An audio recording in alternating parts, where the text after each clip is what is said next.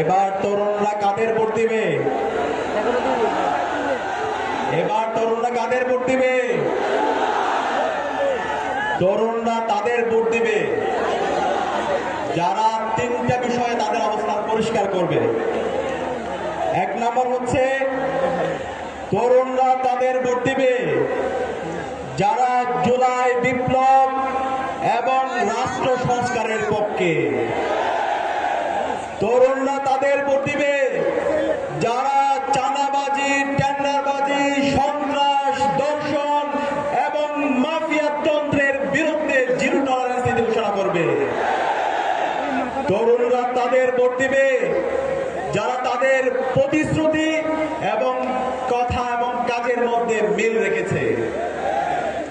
আমরা গত 54 বছরে বাংলাদেশের অসংখ্য নেতাদেরকে দেখেছি, অসংখ্য এমপি হয়েছে, মন্ত্রী হয়েছে, তারা কি তাদের কথা এবং কাজের মধ্যে মিল রেখেছে? মিল রাখে নাই। এই জুলাই বিপ্লব পরবর্তী আজকে 1.5 বছর আমরা পার করেছি। এই 1.5 বছরে রাজনৈতিক দলগুলো বিভিন্ন ধরনের প্রতিশ্রুতি দিয়েছে। তাদের প্রতিশ্রুতি এবং তাদের কাজের মধ্যে কি আমরা মিল দেখতে পেয়েছি? মিল দেখতে পাইনি। এই জুলাই বিপ্লব পরবর্তী আমরা বলতে চাই, আমরা ফিউচার টেন্সের রাজনীতি দেখতে চাই না। এই যে ফ্যামিলি কার্ড দিব, কৃষি কার্ড দিব, এটা দিব, ওইটা দিব, এই ধরনের ফিউচার টেন্সের রাজনীতি দেখতে চাই না। আমরা প্রেজেন্ট পারফেক্ট টেন্সের রাজনীতি দেখতে চাই, যে রাজনীতি হবে যারা ইতিমধ্যে কাজ করে দেখিয়েছে। এই জুলাই বিপ্লব এবং গত 54 বছর ধরে বাংলাদেশের রাজনীতিতে যারা কথা এবং কাজের মধ্যে মিল রেখেছে, আমরা তাদেরকে প্রতিনিধি হিসাবে আমাদের আগামী সংসদে পাঠাবো।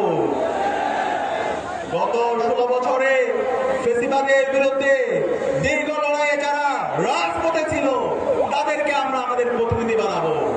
এবং জুলাই বিপ্লব পরে গত 1.5 বছরে যারা জনগণের পাশে ছিল, জনগণের ক্ষমতা জনগণের হাতে ফিরিয়ে দেওয়ার জন্য যারা রাজনীতি করেছে, আমরা তাদেরকে বেছে নেব। সে জায়গায় যদি আমরা দেখি, বাংলাদেশ জামাত ইসলামী এই জুলাই বিপ্লব পরবর্তী জুলাইকে সবচেয়ে বেশি ধারণ করেছে।